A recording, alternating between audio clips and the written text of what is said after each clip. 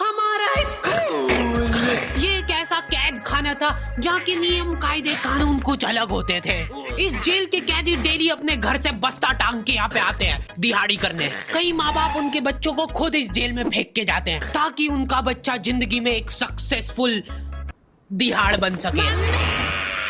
दरिंदे रोक दे बच्चा। मैं अपनी दिहाड़ी करने वैन से जाता था। हमारी वैन वाले ड्राइवर का नाम था भैया जी और उसकी वैन का नाम था मैजिक, जिसका हर दूसरे दिन टायर पंचर हो जाता था। बच्चे लोग स्कूल जाके पढ़ना सीखे ना सीखे टायर पंचर बनाना जरूर सीख जाते थे। लेकिन भैया जी से मेरा अलग अटैचमेंट था। उनसे मेरे को दिल से नफरत थी। ये आदमी सुबह 5 बजे आके मेरे घर के सामने हॉर्न बजाता था। अरे भैयू, ओए भैयू, जल्दी से तैयार हो जा बेटा, 5 मिनट में निकलना है फटाफट। 9 बजे का स्कूल है यार हमारा। लेकिन ये आदमी सुबह सबसे पहले आके मेरे को लेता था। उसके बाद हम 3-4 घंटे पूरे शहर भ्रमण पे निकलते थे। शहर के पूरे आखिरी कोने से बच्चे ले लेके आता था ये आदमी। जहाँ पे वैन जा भी नहीं सकती उधर कूदा कूदा के ले जाता था ये, और फिर टायर पंचर हो जाते थे। शाम पड़े वापस से हमको घर घर छोड़ के आता था ये। जिंदगी बर्बाद कर दी थी भैया जी ने मेरी। सबसे पहले लेते थे और सबसे आखिर में छोड़ते थे। लेकिन मैं फिर भी उसी वैन में जाता था क्योंकि चमेली भी हमारी वैन में आती थी। और बात यह है कि वो मेरे पास ही बैठती थी, मतलब मजबूरन। उसके पास और कोई ऑप्शन ही नहीं बचता था और मैं बचाता भी नहीं था। मैं घर पे जाते थे जो 2-3 घंटे मेरे को सोने के लिए मिलते थे उसमें सोता नहीं था और मैं प्लानिंग करता था कि कैसे चमेली सिर्फ मेरे पास बैठे। चमेली सबसे आखिर में आती थी और मैं सबसे पहले सुनसान वैन में चढ़ के बस्ता अपने पास में रख के और फसर के सो जाता था। बाकी सारे बच्चे अपना बस्ता गोदी में रखते थे क्योंकि तुम्हारे बाप की वैन नहीं है, मतलब मेरे भी नहीं थी, पर मेरे ऊपर भैया जी को तरस आ जाता था कि बेचारा 5 बजे से आया है, तो वो सोने देते थे। अरे कैसे चला रहा है ये गाड़ी? रुक जा, गाड़ी चलाना नहीं आती क्या? देखो, आदमी इतना तभी चिढ़ता है जब उसकी जिंदगी में कोई लड़की ना हो। नहीं है ना? नहीं, मैं समझ सकता हूँ लड़की ना होने का दुख दर्द। मैं भी किसी जमाने में लड़कियों की तलाश में गली मोहल्ले भटकता था। फिर एक दिन मेरे पास से वो निकली। जैसे ही मैंने हैपन खोल के देखा उसकी आईडी मेरे फोन पे चमक रही थी। हैपन ये एक रियल लाइफ डेटिंग ऐप है। यहाँ पे तुमको वो लोग मिलेंगे जो तुम्हारे आस पड़ोस से निकले हो कभी ना कभी। 100 किलोमीटर दूर रहने वाले लोगों से बात करके फायदा ही क्या जब तुम मिल ही ना पाओ। और अगर तुम्हारी घिनौनी शक्ल देख के यहाँ पे तुमसे कोई प्यार मोहब्बत नहीं भी करता है तो तुम फ्रेंडशिप तो कर ही सकते हो फिर भी। So go and check it out happen, link is in the description.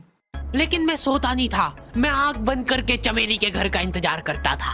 तो क्योंकि चमेली आखिरी में आती थी तो वैन पूरी पैक पुक हो रखी होती थी, बच्चे बाहर उबल रहे होते थे और मैं अपना बस्ता पास में रख के एक्टिंग देखो एक्टिंग।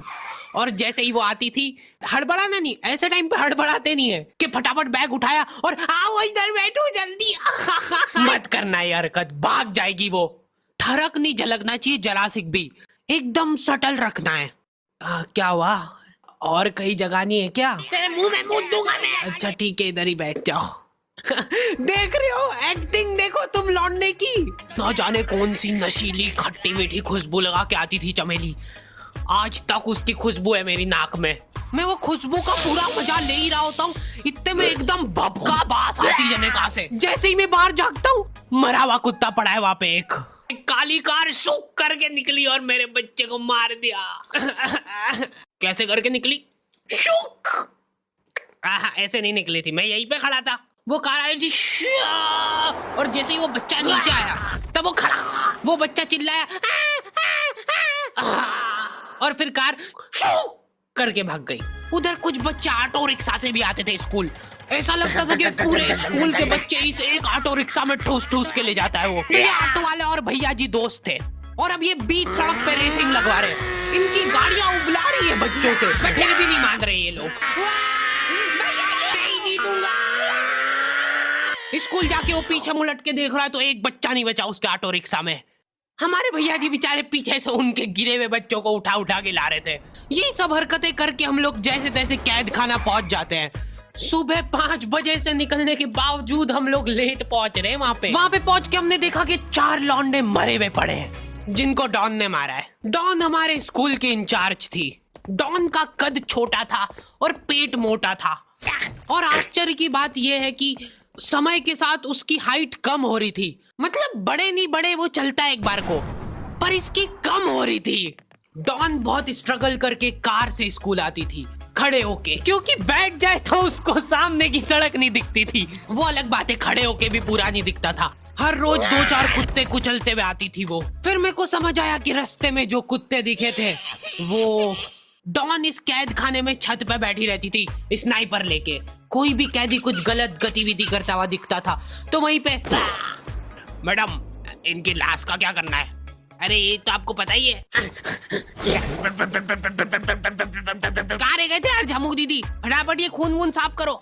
झमू दीदी बुलेट से स्कूल आते थे और ये अफवाह फैली हुई थी पूरे स्कूल में कि उनके घर पे मर्सिडीज भी है। लेकिन झमू दीदी हम्बल रहना पसंद करते हैं। ऐसा कहा जाता था कि ये स्कूल ऑन पेपर झमू दीदी के नाम पे ही है, पर वो हम्बल रहने के लिए यहाँ पे झाड़ू पोछा लगाती है। वैसे मैडम इन्होंने करा क्या था? गैर कानूनी पेन फाइट का सट्टा खेलते थे ये लोग क्लास में। उससे मेरे को प्रॉब्लम नहीं है, मेरे को क्यों नहीं? हाँ, हमारी क्लास में पेन फाइट का सट्टा चलता था। हमारे इधर जो लौंडा पेन फाइट में जीतता था सामने वाले का पेन उसका हो जाता था। कुछ बच्चे अपना सब कुछ दांव पे लगा देते थे और कर्जे में डूब जाते थे। फिर भी वो लोग हार नहीं मानते थे और अपने दोस्त से पेन उधार लेके खेलते थे और वापस हार जाते थे। तो अब क्लास में कुछ बच्चों के पास पोटला भर के पेन पड़ा है और कुछ बच्चों के पास पेन ही नहीं है। पेन इस कैद खाने की करेंसी थी। जिसके पास जितने महंगे पेन वो उतना रईस। यहाँ पे ब्लैक में पेन इधर उधर होते थे। नॉर्मल लोगों के पास होते थे 5 रुपए वाले जीफी जेल, जो कि तुम एक पन्ने पे लिखोगे तो पीछे 10 पन्ने तक छप जाएगा। और उनसे भी गए बीते लोग होते थे जो 3 रुपए वाला यूज एंड थ्रो लेके आते थे और उससे भी उनकी अच्छी राइटिंग आ जाती थी। बहुत चिढ़ मचती थी यार मेरे को उनसे। और कुछ चुनिंदा रईस लोग होते थे जिनके पास होता था ट्राईमैक्स। हर बच्चे का सपना होता था कि उसके पास एक ट्राईमैक्स हो, साथ में आसपास 2-4 लड़कियां हो। मेरे को प्लीज मेरे को यहाँ पे ऑटोग्राफ दे दो। ये लो ट्राईमैक्स किंग के। ये ट्राईमैक्स क्या बात कर रही है? सही में एकदम रईस लोग ही अफोर्ड कर पाते थे ट्राईमैक्स। वो बाबड़े भी एक एक अक्षर लिख के रिफिल खोल के देखते थे।